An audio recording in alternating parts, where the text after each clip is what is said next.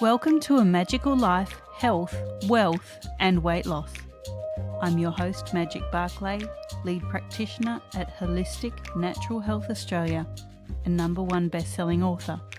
In this podcast, I aim to give you practical tips on how to accelerate and sustain your health, increase your financial, spiritual and emotional wealth, and to look at something that haunts many of us needlessly, weight loss.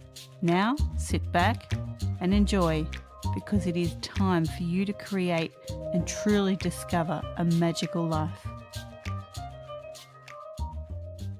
Welcome back to A Magical Life. I'm your host, Magic Barclay. And today, Miriam Gunn joins us. Miriam has fostered growth in others since 1985 as a mentor, licensed therapist, and a certified coach. Currently, she is passionate about helping businesses and high performers reach their next level so that they can add their influence to this amazing world that we share. Miriam is unique in that she approaches business coaching from the vantage point that the issue with your business growth may be you.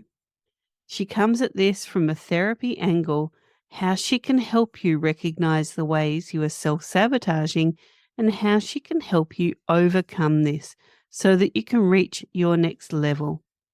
She is passionate about sustainability and wants to see successful people adding their energies and resources toward helping our planet and its people.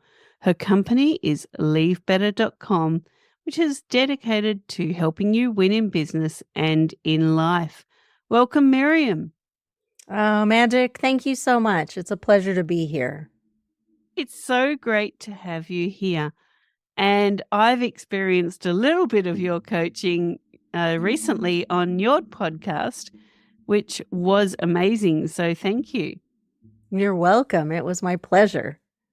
Now, I ask all of my guests the same 3 questions. Everyone has amazingly different answers. And, we're coming at this from a business point of view with you, but also as a therapist. So here comes your first one. What can your expertise do to accelerate health? Not just the physical, but also emotional and spiritual health. That is a question that is extraordinarily broad. So much of health has to do with your habits. And so part of accelerating your health is even just taking a step outside of yourself and observing and saying, what habits do I have that are contributing to my health and well-being? And what habits do I have that are eroding that space? And sometimes people are unaware. Sometimes people are aware and they just don't know how to fix it. So those are 2 different problems. Becoming aware comes from having conversations with people like you and with people like me, reading things, listening to things that challenge their thinking. But once you are aware, then what do you do? And I'm a big fan of setting yourself up for success with your habits by doing something like maybe reducing the friction between you and this desired behavior. And the behavior could be eating something different or moving in a different way or thinking a different thought. Any of those kinds of things would contribute to your health. But I'm a big fan of what is getting in the way of me doing that habit, and how can I let that habit piggyback off of some other habit? So like a really easy example is, I brush my teeth every single day, twice a day without fail. If I don't, I can't even stand it. But it's a lot harder for me to floss my teeth. And if I just make a simple rule that I can't brush my teeth until I floss my teeth, now it doesn't work the other way around, because I could brush my teeth and then I'd be happy and I'd forget to floss, even though it was right there. But if I say I can't brush my teeth until I floss, then the one behavior is going to help the other behavior happen. And there's lots of examples of that sort of thing, but that would be a way that I would say, in order to accelerate positive health, assess your habits, find one that needs tweaking, and then set yourself up for success by reducing the friction on that particular habit, helping it piggyback off of something else. Great. Now, the next question is around wealth. People think of wealth as just financial, but it can also be personal and emotional wealth. So, what are your top 3 tips? I know you hate that word, but what are your top 3 tips to creating wealth? Well, I think initially you have to define what wealth is. From my perspective, wealth is freedom to do and act in a way that brings joy and benefit to others. So sometimes that involves money and sometimes that doesn't. But increasing wealth probably starts with real clarity on what is it I'm trying to create. And when you get that clarity, then you have to sort of reverse engineer, how am I going to get to that space? So if I want a space where I would like to have 3 months off during the year, then I have to sort of look at what are all the things that are constraining that financially and emotionally, and how do I address each of those hurdles? If I'm just looking at purely wealth, um, like as in actual money, how do I increase that space? Number one way, develop yourself. Take some courses, take some classes, read some books, get some coaching, because when you develop yourself, you get better ideas and better opportunities, better connections, and you end up getting paid more for things. And our final standard question is around weight loss. Have you ever battled your weight? If so, how did you win that battle? What can you offer the listeners who might be going through this? Well, my goodness, with very, very few exceptions, I think anybody who has lived on the planet has battled their weight. I guess I'm going to bounce around a little bit here. It really depends on your gender, your overall health, and your age as to how you approach some of these things and your expectations around these things. I have watched people in their 20s, both men and women, go on some sort of a weight loss program, whether that was one that was unhealthy and they just stopped eating certain things, or whether that was one that was very healthy.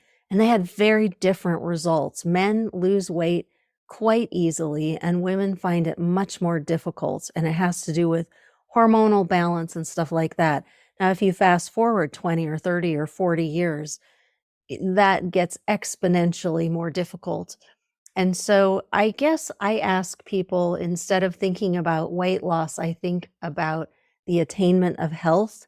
And if you can put your thoughts into becoming progressively healthier mentally, healthier physically, healthier emotionally, spiritually, socially, for one, you start caring less about weight loss and you start caring more about pursuit of health. But the pursuit of health helps with weight loss anyway. You just naturally lose weight when you are eating better, when your heart feels full relationally, and when you feel less stressed financially. So it's kind of this whole life thing. The more you're pursuing health, and the less you're focusing on the weight, the more the weight comes off. Right. Now let's open the floor to you, Miriam. What's something that you feel the listeners will benefit from hearing today? You know, my personal hobby horse right now is personal agency. And what I mean by that is that so many of us have a tendency to feel like we're a victim of our circumstances, that things happen to us. And what I feel like I'm on a personal crusade to overcome with people is this notion that that's the case. We're just so much more an agent in our life than we know. We're so much more powerful than when we know. And when you move out of that space of this is happening to me, and instead you say, this is happening, what would I like to do about that? Everything changes. And when you start owning that space in your life and you can say, this unpleasant thing is happening, what would I like to do about it? Now, all of a sudden, you have choices. And it really just transforms a life once someone starts doing that on a regular basis. So, What got you into the space that you're in?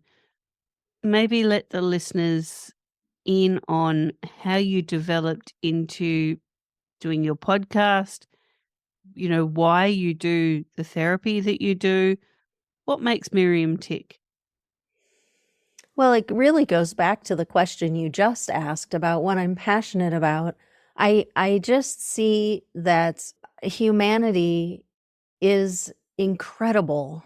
When you look at a human who is performing in a way that is their truest self, they bring incredible gifts to the world. They serve one another, they serve the planet. And when you see people who are not operating out of their best selves, they destroy people and they destroy the planet. And I would say that my entire life, I've been very curious about people. I've been very curious about interpersonal growth. And so I would say years ago, I was a mentor of college students for about 25 years. Then I became a therapist. Then I became a coach. And in each one of those kind of occupations, you're looking at, how do I help this person remove the roadblocks and reach their next level? Well, there is a level that is like minus 100, and you can help someone get to minus 80 and then minus 50 and then minus 20. And, those are really, really good and rewarding places. But all of them are still coming from a place of lack. And then you cross over into 0 and then plus 20 and plus 80 and plus 100 and plus 1,000. And all of those places are places where people are in their optimized form, their next level of, what am I on this planet for? And how do I bring that and give that to humanity at large? And that's really what motivates me. I work with a lot of very wealthy business owners, and my goal is always to help people be successful, not so you can buy your second yacht, but so that you can do something good in the world. I want people helping whatever your passion is. If you want to help, build schools in Africa, I want you to make tons of money so that you can build schools in Africa. If you're making money making a widget or whatever. If you have a service-based company, I want you making lots of money so that then you can help someone else less fortunate than yourself. And some of my pet projects right now are the Sheldrick Wildlife Trust. I love them. They adopt these orphan elephants after their moms have been poached, and they've saved generations of elephants. Like your listeners' grandchildren will be able to see elephants in Africa because these people have stepped into their gifting and are rescuing and saving them. And I could tell you of hosts of other, just organizations doing good. So I'm super motivated to help you succeed, so then you can go on and do the thing that you were put on this planet to do. Fantastic. I love it. Now, we love freebies here. So what can you offer the listeners and where can they find it? Excellent. I have quite a few resources on my website, leavebetter.com, but also I love to talk with people. And if you're interested in just seeing what is coaching like, you can sign up with me and we can do a 20-minute chat where I'll ask you some questions guaranteed to expand your vision. And there's no cost to that. And just reach out to me, Miriam, Miriam, at leavebetter.com.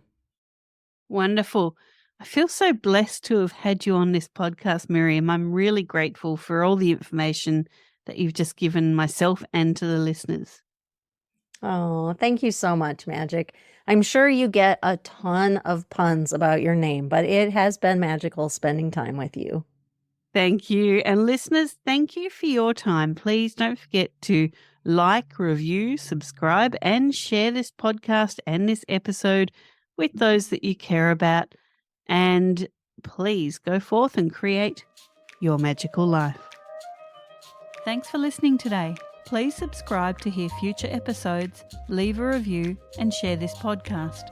Drop us a line at A Magical Life Podcast on Facebook and let me know what you would like to know more about. You can find us on Instagram at Holistic Natural Health, that's holistic with a W, or at www.holisticnaturalhealth.com.au. That's where you'll access all sorts of articles, freebies, and more.